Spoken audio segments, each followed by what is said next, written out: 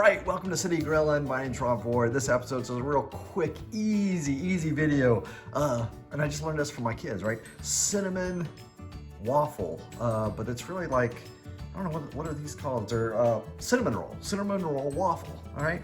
So I already did one, but basically you get, a container of cinnamon rolls, and it's real simple. I already have one opened up here.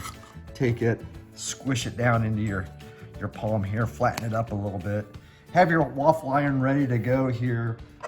Just place it right in the middle, real simple like that. Press down the lid, squeeze it down tight. You can hear it sizzle in there. We'll wait for it to cook. Give it just a couple minutes and it'll be ready to go. Okay, the light's changed on my waffle iron, so let's open it up. Wow, looks perfect.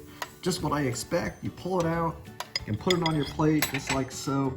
Put, the icing that comes with the cinnamon roll mix on it if you like, or heck, you can use syrup, you can use honey, powdered sugar, whatever you like. And you could also put some fruit on this. That'd be nice too.